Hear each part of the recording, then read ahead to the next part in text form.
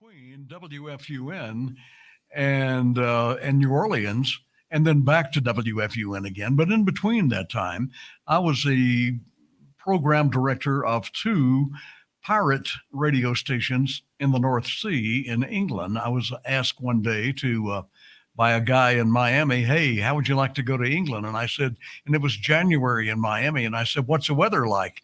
And he said, "Well, I just came back last week, and it's about 40 degrees." And I said, "Why in the world would I want to go? It's 77 here." Yeah. But I did because everything that was happening in the music industry was going on during the British invasion, and this was in January of 1966. So I went to England and stayed there and put these two radio stations on the air.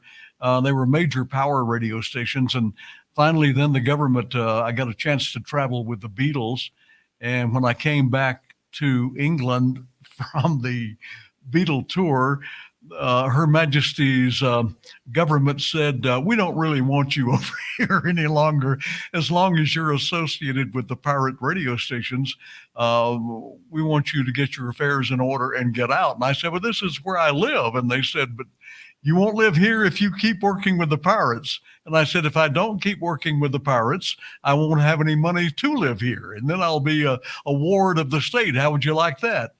And they didn't think it was very funny. But so instead of giving me the normal 3 months that most visas or stamp your passport for 90 days, they gave me 3 weeks to get my affairs in order. So consequently, I left England. I still go back quite often so that I can metal detect, but I don't go back in the radio business.